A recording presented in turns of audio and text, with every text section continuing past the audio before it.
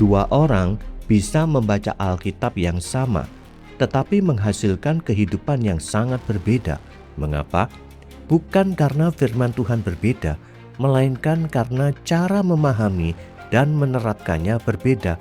Budaya rohani dibentuk melalui 3 unsur yang saling berkaitan: leksikon, sintaksis, dan habitus.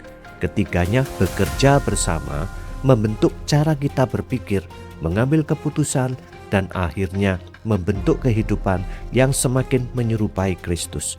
Banyak orang mengenal istilah seperti kasih karunia, iman, salib, Roh Kudus, atau kerajaan Allah. Namun pengetahuan saja belum cukup. Masalah utamanya bukan kekurangan informasi, tetapi bagaimana semua kebenaran itu disusun menjadi satu cara pandang yang utuh. Tanpa susunan yang benar, kita memiliki banyak potongan kebenaran, tetapi belum memiliki paradigma yang benar. Bayangkan, seseorang sedang membangun sebuah rumah.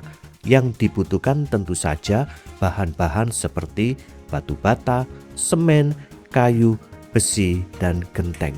Dalam kehidupan rohani, bahan-bahan itu adalah leksikon, yaitu kosakata Alkitab seperti Allah, manusia, dosa, iman, anugerah, salib, gereja, kasih, Roh Kudus, kerajaan Allah, dan sebagainya. Semua bahan ini penting, tetapi bahan yang sama belum tentu menghasilkan bangunan yang sama. Selain bahan bangunan, kita juga membutuhkan cetak biru. Cetak biru memberikan arah, urutan, dan hubungan setiap bagian. Tanpa rancangan, bahan yang bagus pun dapat menghasilkan bangunan yang kacau. Demikian juga dalam memahami Alkitab. Kita memerlukan kerangka berpikir yang menempatkan setiap kebenaran pada posisi yang tepat, sehingga semuanya saling melengkapi. Disinilah sintaksis bekerja. Sintaksis bukan menambah kebenaran baru, tetapi menyusun kebenaran yang sudah ada. Leksikon adalah bahan, sintaksis adalah rancangan. Ketika keduanya digabungkan dengan benar, terbentuklah sebuah bangunan yang kokoh. Cara kita menyusun doktrin akan membentuk cara kita melihat Allah, manusia, keselamatan, dan kehidupan. Dua orang bisa memiliki leksikon yang sama, tetapi sintaksis yang berbeda. Akibatnya, mereka membangun kehidupan yang berbeda pula. Susunan yang benar menghasilkan pemahaman yang utuh, sedangkan susunan yang keliru menghasilkan cara pandang yang keliru.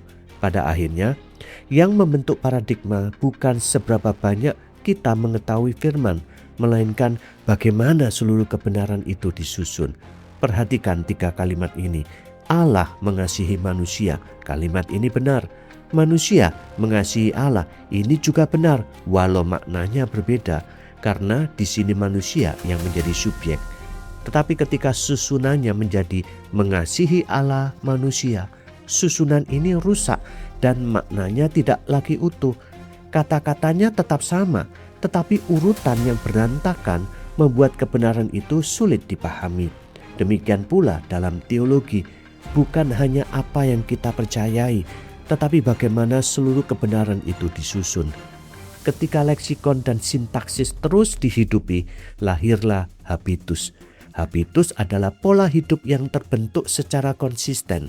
Kita belajar berdoa, mengampuni, melayani, mengasihi, bersabar, dan taat bukan karena dipaksa, tetapi karena karakter Kristus mulai menjadi karakter kita.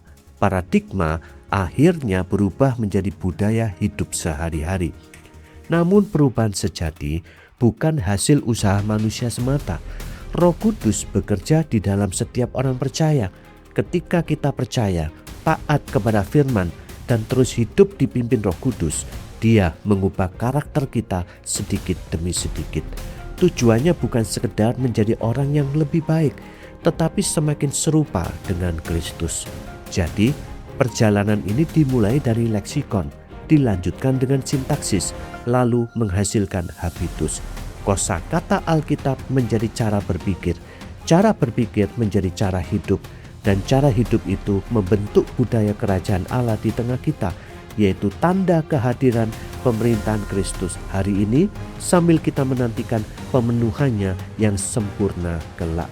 Itulah tujuan akhirnya, bukan hanya mengetahui firman, tetapi hidup di dalamnya, diubahkan olehnya, dan memuliakan Kristus melalui seluruh kehidupan kita. Amin.